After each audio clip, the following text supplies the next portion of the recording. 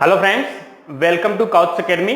और आज हम लोग पढ़ेंगे प्रोबेबिलिटी। ठीक, तो आपने क्लास 11th में पढ़ा था प्रोबेबिलिटी के बारे में, जिसमें आपने बेसिक प्रोबेबिलिटी पढ़ा था। क्लास 12th का जो सिलेबस है वो थोड़ा सा डिफरेंट है।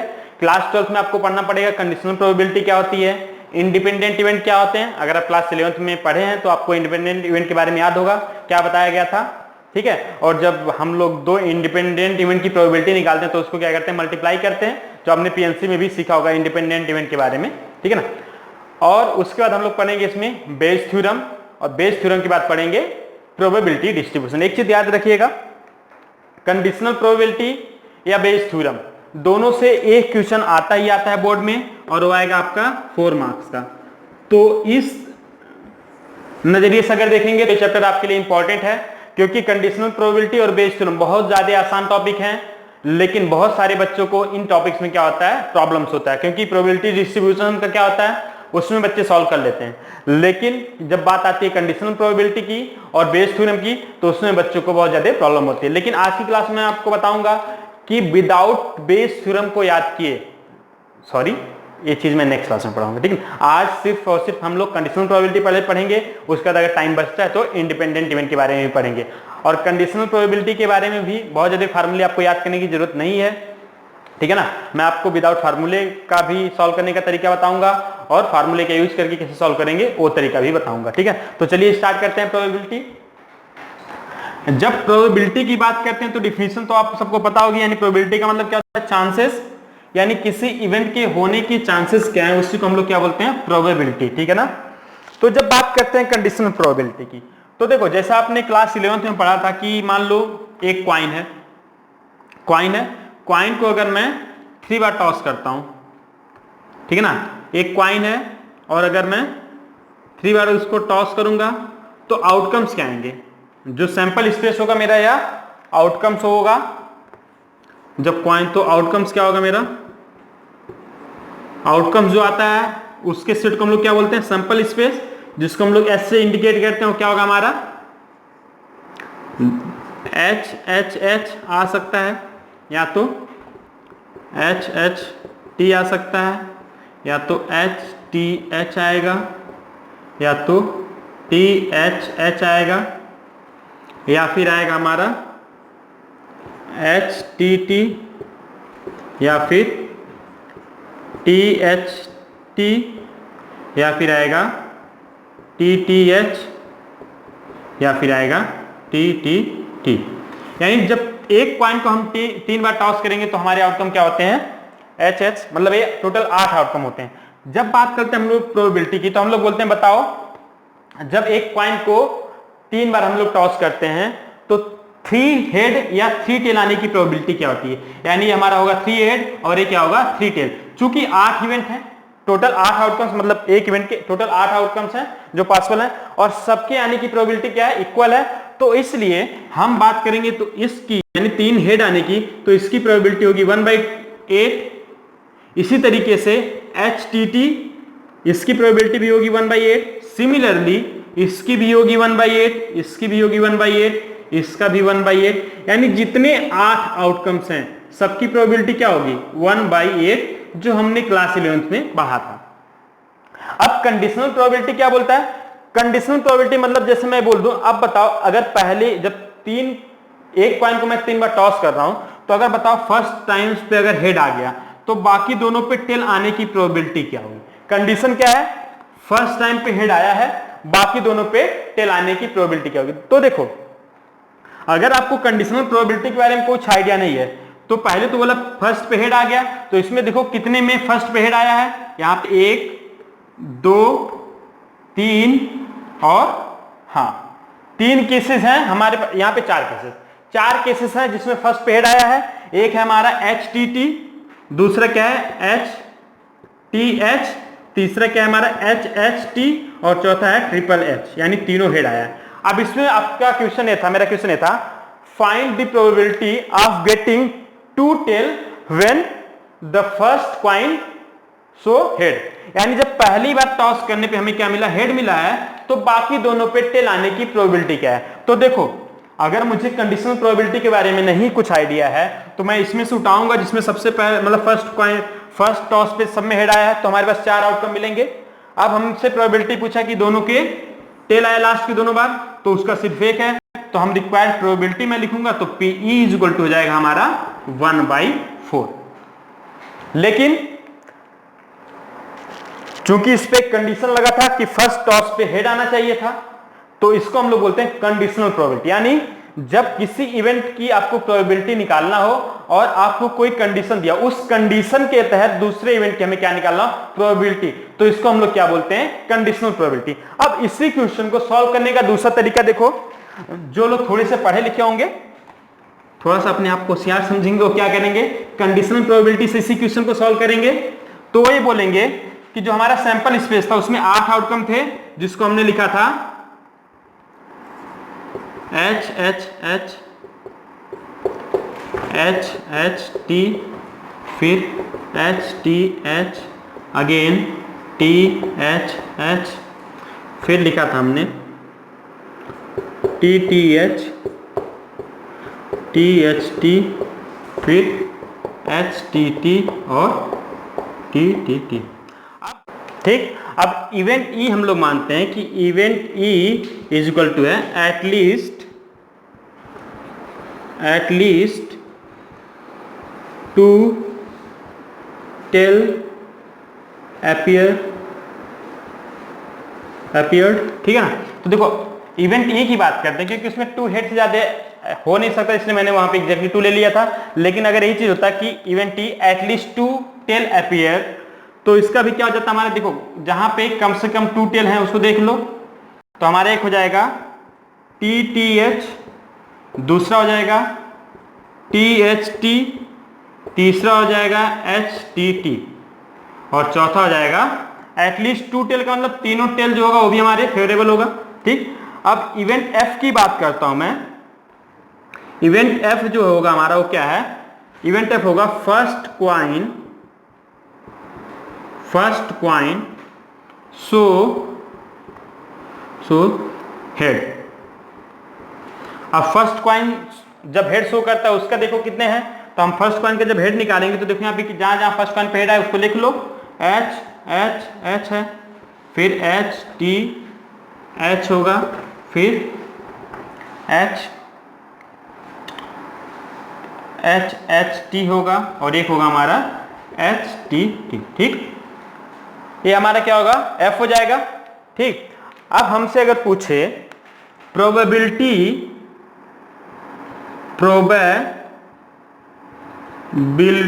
ऑफ इवेंट E, यानी E के अगर होने की probability considering F as sample space, F as sample space. तो देखो उसके लिए सबसे पहले हम देखेंगे दोनों में कॉमन क्या है। ठीक है, तो जब दोनों में कॉमन की बात करते हैं तो देखो दोनों में कॉमन क्या है, यहाँ पे 3 H, यहाँ पे नहीं, क्योंकि इसमें सिर्फ और सिर्फ एक H है।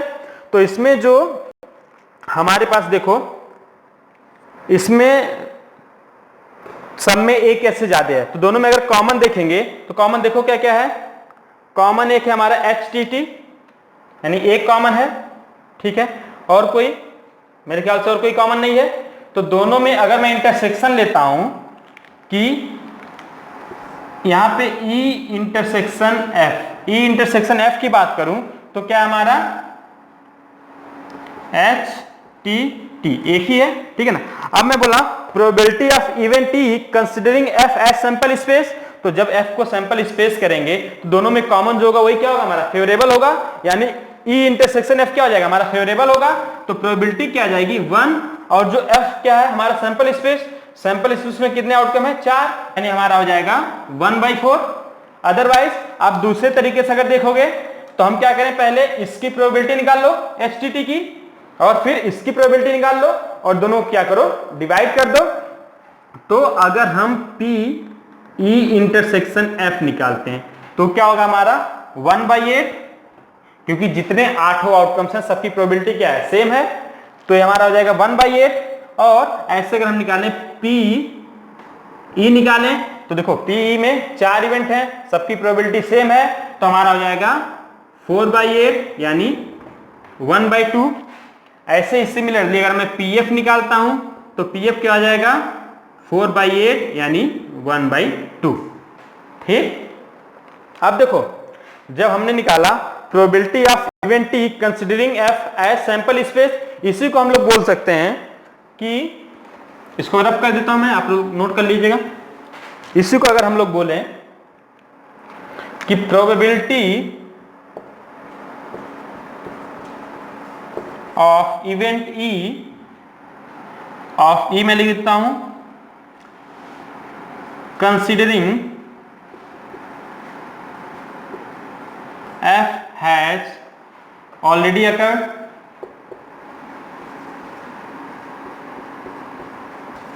इज इक्वल टू क्या हो जाएगा हमारा 1/4 हो जाएगा, सेम आ जाएगा। ठीक है ना। तो देखो हमने यहां पे क्या किया, सैंपल स्पेस निकाला, फिर दोनों में देखा कॉमन क्या है, एक कॉमन था। उसके बाद से हमने क्या किया, जो टोटल सैंपल स्पेस में आउटकम्स थे 4 थे, दोनों की प्रोबेबिलिटी सेम थी, इसलिए हमने क्या किया, क्योंकि यहाँ पे जितने आउटकम्स हैं सबकी प्रोबेबिलिटी क्या है, सेम है, तो हमने इसकी प्रोबेबिलिटी को अगर मान लो x होगा तो चारों की प्रोबेबिलिटी 4x, इसकी प्रोबेबिलिटी 4x और जो सैंपल स्पेस था उसकी प्रोबेबिलिटी 8x। तो जब इसकी प्रोबेबिलिटी लिखा वो क्या लिखा हमने 4x और इसकी प्रोबेबिलिटी क्या लिखा x, तो x/4x x से कट जाएगा, यानी इसलिए मैंने लिख दिया 1/4। तो हमारी प्रोबेबिलिटी क्या आ गई 1/4। अब अगर इसी को हम दूसरे तरीके से सॉल्व करते हैं तो देखो दोनों में कॉमन क्या था, अगर मैं प्रोबेबिलिटी से करता तो PE इंटरसेक्शन F क्या था हमारा 1/8, तो हम इसको लिखते इसी को कि PE intersection F upon sample space क्या था हमारा F था, तो हम इसको लिख देते PF। तो और कंडीशनल प्रोबेबिलिटी, क्योंकि कंडीशनल प्रोबेबिलिटी इसलिए क्योंकि ई हम तब कैलकुलेट कर रहे हैं जब एफ ऑलरेडी हो चुका है, तो इसको हम इंडिकेट करते हैं हम लोग PE/F से। ठीक है ना। इसका मतलब होता है कंडीशनल प्रोबेबिलिटी ऑफ एफ या probability of event E when event F has been already occurred. तो हमारा क्या हो जाता है PE/F इक्वल टू हो जाएगा PE intersection F upon PF। अब PE इंटरसेक्शन F की वैल्यू क्या थी 1/8, PF का क्या था हमारा 1/2, सिंप्लीफाई कर लो तो 2 से 8 कट जाएगा, 4 आ जाएगा, यानी प्रोबेबिलिटी क्या आ जाएगी 1/4। तो दोनों से क्या आएगा हमारा सेम आता है, और इसी को हम लोग बोलते हैं कंडीशनल प्रोबेबिलिटी। यानी कंडीशनल प्रोबेबिलिटी के यहां से क्या हो जाता है, एक फार्मूला बन जाता है, वो क्या हो जाता है हमारा कंडीशनल प्रोबेबिलिटी, किसी इवेंट ई की कंडीशनल प्रोबेबिलिटी को हम लोग बोलते हैं PE/F, जो कि होता है PE intersection F upon PF। ठीक। अब देखो अब हम लोग देखते हैं कंडीशनल प्रोबेबिलिटी की कुछ प्रॉपर्टीज होती हैं। जब प्रॉपर्टीज की बात करते हैं तो कंडीशनल इवेंट हमारा क्या है, एक मिनट यहां पे मैं लिखता हूं प्रॉपर्टीज ऑफ कंडीशनल प्रोबेबिलिटी।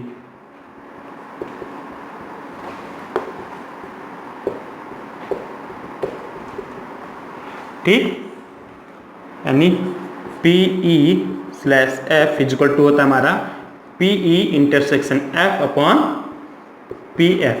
तो जो पहली प्रोबेबिलिटी होती है वो क्या होती है हमारी कि PS/F इक्वल टू, यानी conditional probability of happening of event S when F has been already occurred equal to होता है हमारा PF/F इक्वल टू होता है 1।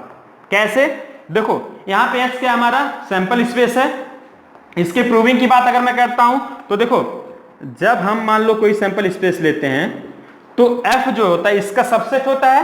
तो अगर हम बात करें कि PS इंटरसेक्शन F, तो PS इंटरसेक्शन F क्या हो जाएगा हमारा PF हो जाएगा, क्योंकि यहां पे जो हमारा F है F is a subset of S, क्योंकि जो सैंपल स्पेस हम लोग F का लेते हैं वो S के अंदर ही होता है, इसलिए PS इंटरसेक्शन F क्या हो जाएगा 1 हो जाएगा।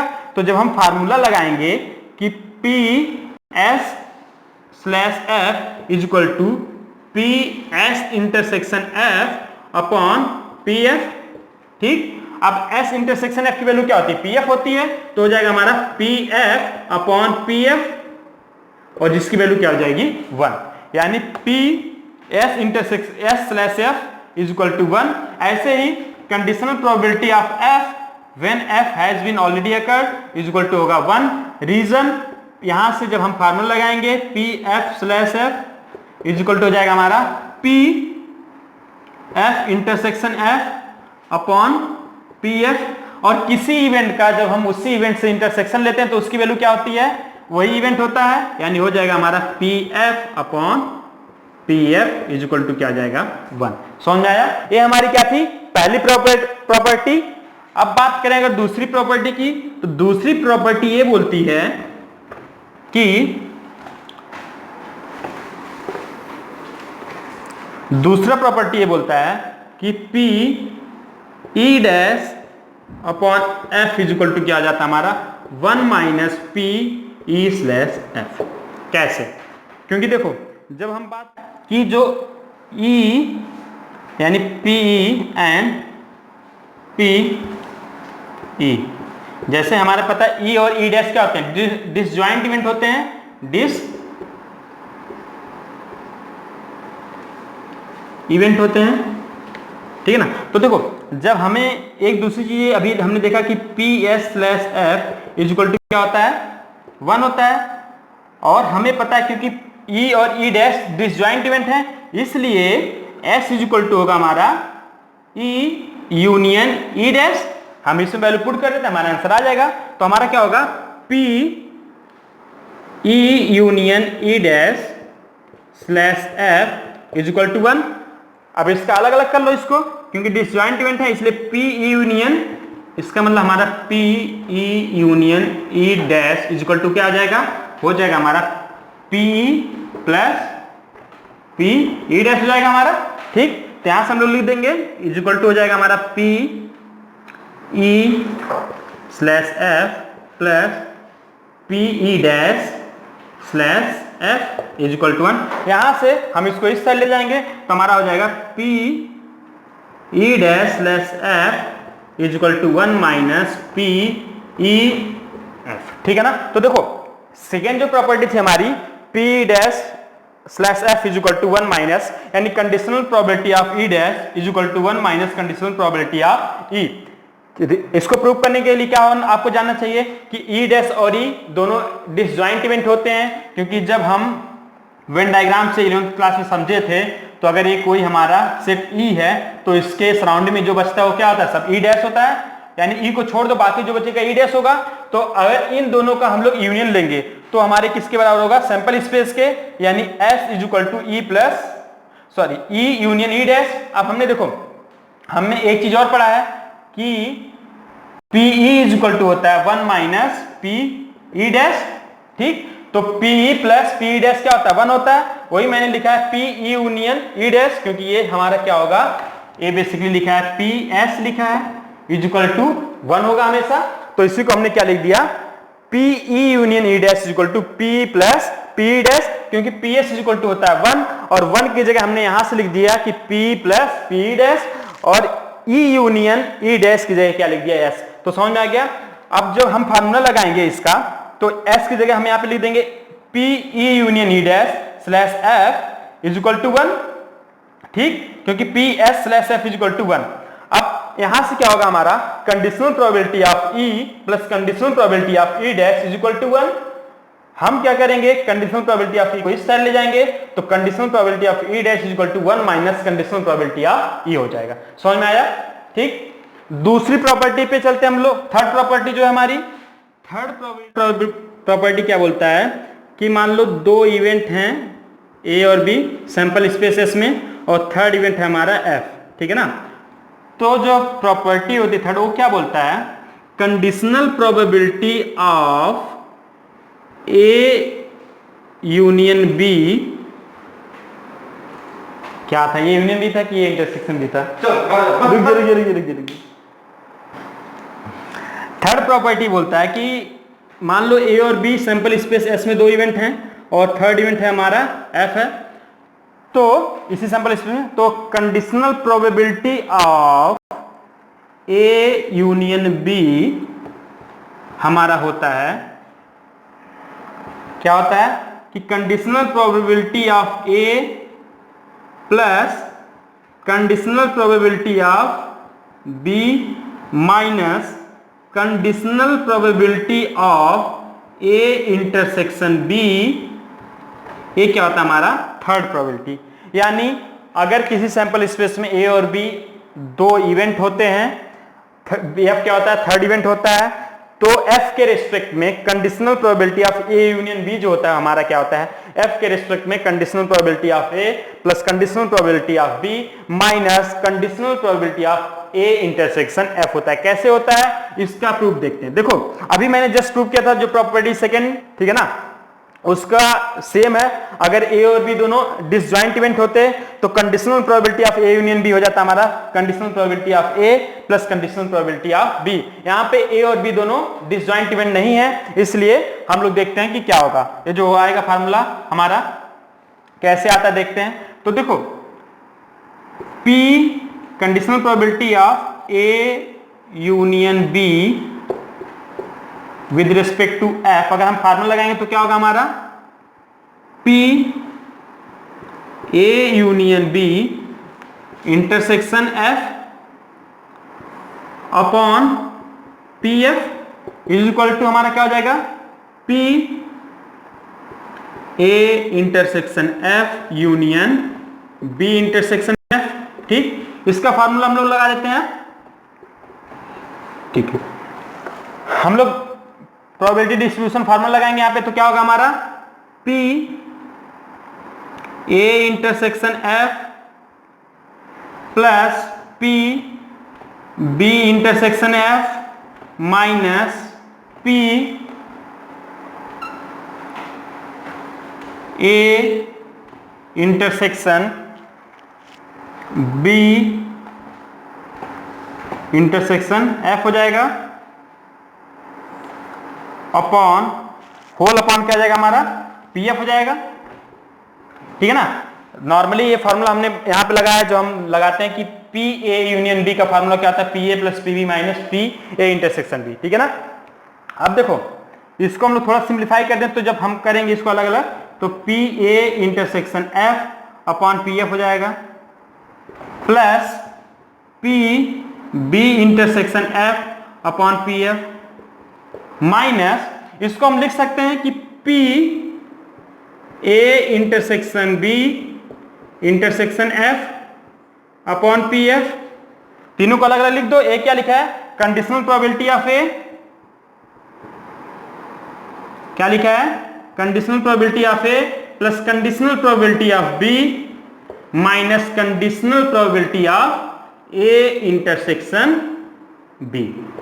ठीक, ये हो जाता है हमारा तीनों थ्योरम की प्रूविंग हो जाती है। अब हम क्या करते हैं कुछ एग्जांपल्स देख लेते हैं कि इस चैप्टर से किस टाइप के क्वेश्चन पूछे जाते हैं। तो मैं आपकी बुक से एग्जांपल नंबर 1 देखता हूं। पहले एग्जांपल नंबर 1 की बात करें तो देखो इस टाइप के जब क्वेश्चंस होते हैं तो बहुत इजी होते हैं, जिसमें क्या होता है आपको या तो पी ए दिया होगा या तो पी बी दिया होगा या तो पी ए इंटरसेक्शन बी दिया होगा, तो आपको मतलब दो में से कोई एक चीज दिया होगा, आपको थर्ड चीज निकालना होगा। ठीक है ना, जैसे मैं क्वेश्चन पढ़ता हूं, दिया है इफ, क्वेश्चन है हमारा if P A is equal to 7/13 comma P B is equal to दिया आपका 9/13 and P A intersection B is equal to क्या दिया आपका 4/13। तो बताओ P मतलब conditional probability of A with respect to B क्या होगा। ठीक है ना, बहुत इजी है। अभी मैंने बताया था फार्मूला कि conditional probability of A with respect to B क्या होगा हमारा, ये होगा हमारा P A intersection B upon P B। अब देखो हमें P A इंटरसेक्शन B दिया है, ठीक, okay, P A intersection B हमसे पूछा है, P A इंटरसेक्शन B दिया, P B दिया है, तो हमारा डायरेक्ट आ जाएगा। क्या आएगा, वैल्यू पुट कर दो। A इंटरसेक्शन B की वैल्यू क्या है 4/13 और P B की वैल्यू क्या है 9/13। 13 से 13 कट गया, यानी conditional probability of A with respect to B क्या आ जाएगा हमारा 4/9 हो जाएगा। ठीक है ना, इस टाइप के क्वेश्चन बहुत इजी होते हैं। लेकिन अगर यही चीज ऐसे देता, इसी क्वेश्चन में थोड़ा सा चेंज करके ये बोलता कि मान लो मैं इसको रब करता हूं, थोड़ा सा चेंज करता हूं क्वेश्चन में। अगर यही क्वेश्चन आपसे बोलता कि बताओ पीए दिया है 5/13, पीबी दिया है 8/13 और पी ए यूनियन बी आपका दिया है 10/13। अब बताओ P A intersection O conditional probability of A with respect to B क्या होगा। अब ये थोड़ा सा अच्छा क्वेश्चन है और इस टाइप के क्वेश्चन आपके एग्जाम में पूछे जाते हैं। अब देखो इसमें हमें करना कुछ नहीं है, हमें दिया पी ए यूनियन बी। तो देखो जब पी ए यूनियन बी दिया है और हमें चाहिए क्या, क्योंकि जब हम फार्मूला लगाते हैं conditional probability of A with respect to B तो क्या होगा, P A intersection B upon P B, यही होगा। हमें ए इंटरसेक्शन बी नहीं पता है हमें, लेकिन फार्मूला पता है कि पी ए यूनियन बी क्या होता है हमारा, ये होता है हमारा P A plus P B minus P A intersection B. यहां देखो हमें पी ए यूनियन बी पता है, पी ए पता है, पी बी पता है, तो यहां से हम क्या करेंगे, पी ए इंटरसेक्शन बी निकाल लेंगे। जब हम यहां से पी ए इंटरसेक्शन बी निकालेंगे उसका इस फार्मूले में पुट करेंगे, हमारा आंसर आ जाएगा। अगर आप सॉल्व करना चाहते हो तो मैं निकाल देता हूं यहां से। पी ए यूनियन बी की वैल्यू क्या है 10/13, वैल्यू पुट करो। पी ए की वैल्यू क्या दिया है 5/13, पीबी की वैल्यू क्या दिया है 8/13। हाँ एक चीज देखना, जब पी ए प्लस बीबी यहां से आपका क्या हो जाएगा, सही है 8/13 दिया है यहां से, ठीक है ना। तो यहां जब पुट करोगे 13/13 आ जाएगा, यानी 1 आ जाएगा। इसको इधर ले जाओगे, इसको इधर ले जाओगे, तो आप जब निकालोगे यहां से तो पी ए इंटरसेक्शन बी आ जाएगा आपका 3/13, ठीक है ना, क्योंकि 1 - 10/13 क्या हो जाएगा 3/13। इसमें वैल्यू पुट कर दो तो 3/13 अपॉन पीवी की वैल्यू क्या है 8/13, तो हमारा आंसर आ जाएगा 3/8, ठीक है ना। तो इस क्वेश्चन में बस ये था, ए इंटरसेक्शन बी की जगह हमें क्या दिया होगा ए यूनियन बी। उस केस में हम पी ए यूनियन बी से क्या करेंगे, पहले फार्मूला रख के पी ए इंटरसेक्शन बी निकालेंगे, फिर इस फार्मूले में पुट करेंगे और हमारा आंसर आ जाएगा, ठीक है ना। तो इस तरीके से आप अपने बुक के क्वेश्चन सॉल्व कर सकते हैं। एक मैं ऐसे इवेंट के बारे में आपको बताता हूं जब इवेंट्स की प्रोबेबिलिटी क्या हो, सबकी डिफरेंट हो। अभी तक जो भी मैं आउटकम्स देखा था सबकी प्रोबेबिलिटी क्या थी, सेम थी। अब एक ऐसा इवेंट लेते हैं जिसमें प्रोबेबिलिटी क्या हो, डिफरेंट हो। तो उस क्वेश्चन को कैसे सॉल्व करते हैं, जैसे आपका एग्जांपल नंबर 7 दिया है, आप लोग अपने बुक से एग्जांपल नंबर 7 देख लो, मैं एक बार पढ़ लेता हूं, फिर मैं क्या करूंगा क्वेश्चन को सॉल्व करता हूं। दिया है consider the experiment of tossing a coin. If the coin shows head, toss it again, but if it shows tail, then throw a die। मतलब एक कॉइन को पहले आप टॉस करो, अगर हेड आता है तो कॉइन को फिर से फेंको, और अगर टेल आता है तो क्या करो, एक डाइस को थ्रो करो, ठीक है ना, ये दिया है, ठीक है ना। तो देखो ठीक, then so throw a die, find the conditional probability of the event that the dice show a number greater than 4। यानी जो हमारा E है, E क्या बोलता है, E बोलता है, E है हमारा the die show a number greater than 4, the die show a number greater than 4, ठीक है ना। और F क्या दिया है, यानी कंडीशनल प्रोबेबिलिटी क्या दिया, किसके निकालना है, condition there is at least 1 tail, there is at least 1 tail, ठीक। ये हमारा E है, AF है, और ये क्या होगा हमारा टोटल सैंपल स्पेस, ठीक है ना। तो हमें क्या निकालना है, कंडीशनल प्रोबेबिलिटी ऑफ E निकालना है। हम क्या करते हैं, इसको सॉल्व करते हैं, ठीक है ना। तो हम इसको सॉल्व करते हैं। तो देखो एक चीज, सबसे पहले हम क्या करते हैं, टोटल सैंपल स्पेस निकालते हैं। तो बोला है कि जब हेड आएगा तब मैं क्या करूंगा, हेड मतलब कॉइन को फिर से टॉस करूंगा, और जब टेल आएगा तब मैं क्या करूंगा, एक डाई फेंकूंगा, यानी डाई को थ्रो करूंगा। तो देखो जब हेड आएगा तो जब मैं टॉस करूंगा तो हेड आ सकता है या तो टेल आ सकता है। ऐसे जब टेल आएगा तब मैं टॉस करूंगा तो आएगा 1 2 3 4 5 6, ठीक है ना। तो अगर मैं पॉसिबल आउटकम की बात करता हूं तो देखो आउटकम क्या क्या आ सकते हैं मेरे पास, आउटकम या तो एच आ सकते हैं, यहां से देखो एच आएगा, फिर क्या आ सकता है हमारा HT आ सकता है, दूसरा हमारे पास आ सकता है T1 या T2, T3, T4, T5, T6। बस ध्यान रखने वाली बात यह है कि इनकी प्रोबेबिलिटी और इनकी प्रोबेबिलिटी दोनों डिफरेंट है, क्योंकि देखो जब पहले मैं पॉइंट को टॉस करूंगा तो हेड आने की प्रोबेबिलिटी क्या होगी मेरी 1/2 और टेल आने की प्रोबेबिलिटी क्या होगी 1/2। ठीक, उसके बाद से अगर हेड आता है तो फिर से हेड आने की प्रोबेबिलिटी क्या होगी 1/2 और फिर से टेल आने की प्रोबेबिलिटी क्या होगी 1/2। लेकिन जब हमारे पास टेल आ जाता है तो 1 2 3 4 5 6 यहां पे सारे नंबर्स इंडिविजुअल आने की प्रोबेबिलिटी क्या होगी 1/6।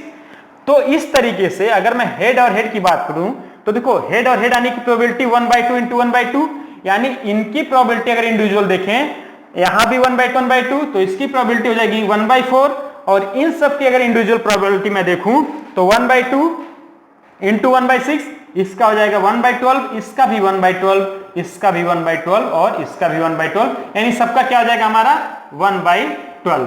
ये चीज यहां पे डिफरेंट था क्योंकि यहां पे जो सारे आउटकम्स है सबकी प्रोबेबिलिटी इस सेट की प्रोबेबिलिटी डिफरेंट है जो कि 1/4 है, क्योंकि जब हेड आया तब मैंने हेड फिर से टॉस किया तो हेड के आने की प्रोबेबिलिटी 1/2 थी, अब दूसरे हेड आने की प्रोबेबिलिटी भी 1/2 है। अब दोनों को जब मैं कंबाइन करूंगा तो हेड हेड आने की प्रोबेबिलिटी 1/2 इंटू 1/2 1/4 हो जाएगा। इसी तरीके से हेड एंड टेल आने की प्रोबेबिलिटी क्या होगी 1/4। तो देखो अब अगर मैं पीई देखूंगा यानी इवेंट ई का जब मैं सेट देखूंगा तो ई क्या है हमारा, ई में क्या है the dice show a number greater than 4। तो ग्रेटर देन 4 की बात करूं तो देखो 5 या 6, यानी हमारे पास क्या आ सकता है T6 आ सकता है या तो T5 आएगा। ठीक, तो अगर मैं बात करता हूं पीई की, पी क्या होगा T6 आने की प्रोबेबिलिटी कितनी है 1/12, T5 आने की प्रोबेबिलिटी क्या है 1/12, दोनों को ऐड करूंगा तो क्या हो जाएगा हमारा 2/12 आ जाएगा।